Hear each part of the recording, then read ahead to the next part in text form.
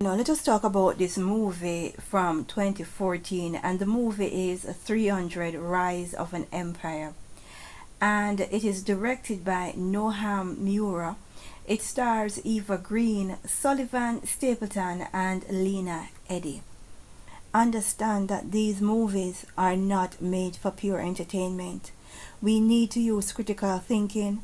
We need to connect the dots and ask questions, because this movie is letting you know that in ancient times, when people want to get an advantage, when people want power and glory, they will have to go out and do something to get that power and glory. And this movie is showing you. No, this movie is a follow-up from the blockbuster 300, and I suggest that you watch both movies in order to understand the story and what they are trying to tell you. These Hollywood movies are not pure entertainment, right? No, this one is telling us how Xerxes changed from a man king to a god king, right? It is telling us how he went about changing his DNA, because when you're going to change from a man to a god, you have to do something to change your DNA. Because in the movie it shows him being average height, and all of a sudden he became a mighty man. He became something that is extremely tall, right? No, let us get into some dialogue, because when his father was dying because he was killed by a Greek warrior, his father Darius said this: only the gods can defeat them.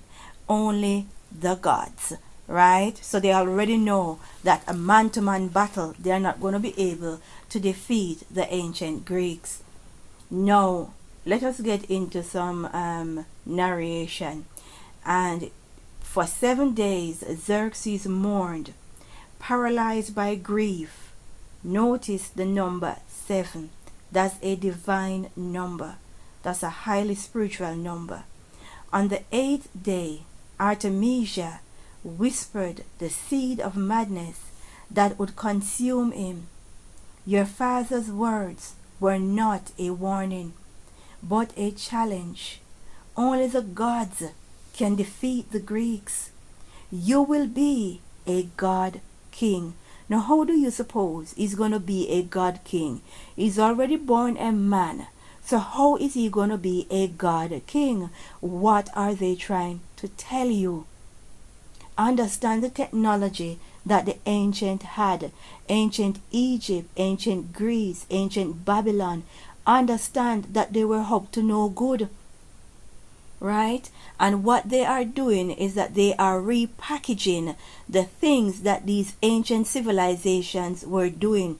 Because what is going on is that a majority of you people will not accept what they were doing back in those ancient times. So you have to be forced, you have to be pushed to accept it, right? Let us continue. Artemisia gathered the priests, wizards, and mystics from every corner of the empire. They wrapped the young king in Cimmerian gauze, dipped in ancient potion, and set him to wander the desert, till in a delirium of heat and thirst he stumbled upon a hermit cave. Xerxes passed the vacant eyes and empty soul of the hollow creatures. Now what could that be? Those empty creatures are nothing more than demonic entities. Let us continue. That dwell in the dark corners of all men's hearts. And in the darkness he surrendered himself completely to powers so evil and perverse that as he emerged, no part of a human that was Xerxes survived. No, in the movie it shows that Xerxes walked into what looked like a pool.